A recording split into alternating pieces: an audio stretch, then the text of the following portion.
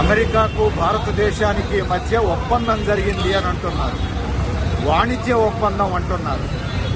దాన్ని వాణిజ్య ఒప్పందం అని పిలవడం అవమానకరం. ఆ ఒప్పందం జరిగి ఉంటే ఏ రోజు జరిగింది, ఎవరు సంతకాలు చేశారు, ఆ కాగితాలు ఎన్ని పేజీలు ఉన్నాయి చెప్పడం మంచిది. ఇక్కడ ఒప్పందం రెండు దేశాల మధ్య జరిగితే రెండు దేశాల ప్రతినిధులు ప్రకటించాల్సిన అవసరం ఉంది. కానీ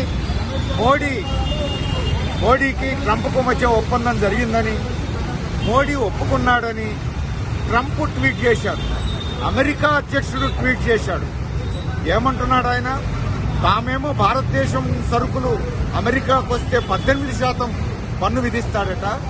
మోడీ మాత్రం అమెరికా నుంచి వచ్చేటువంటి సరుకులన్నింటి మీద 0% దిగుమతి సుంకాన్ని తగ్గించేయడానికి అంగీకరించాడు అని చెప్పేసి చెప్తున్నారు. ఇది ఒప్పందం ఎట్లా అవుతుంది? అమెరికా తన ప్రయోజనాలకు అనుగుణంగా భారతదేశం మీద రుద్దడం అవుతుంది తప్ప, ఏకపక్ష నిర్ణయం అవుతుంది తప్ప మరొకటి కాదు.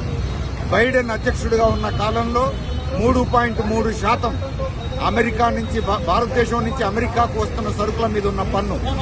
ఇప్పుడు ట్రంప్ పెట్టింది 18%.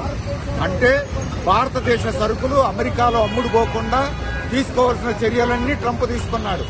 కానీ భారతదేశ రైతాంగాన్ని, ప్రజానీకాన్ని బజారు కిడిచే పద్ధతుల్లో దేశ ప్రయోజనాలకు భిన్నంగా మోడీ ప్రభుత్వం మాత్రం ట్రంప్ ముందు తల వంచింది. అమెరికా సరుకులకు 0% దిగుమతి సుంకం తగ్గించింది. ఇది అవమానకరమైంది. ఇది దేశద్రోహకరమైనటువంటి చర్య తప్ప మరొకటి కాదు. ఈ చీకటి ఒప్పందం జరిగి ఉంటే ఆ చీకటి ఒప్పందాన్ని తక్షణమే రద్దు చేయాలని డిమాండ్ చేస్తున్నాం.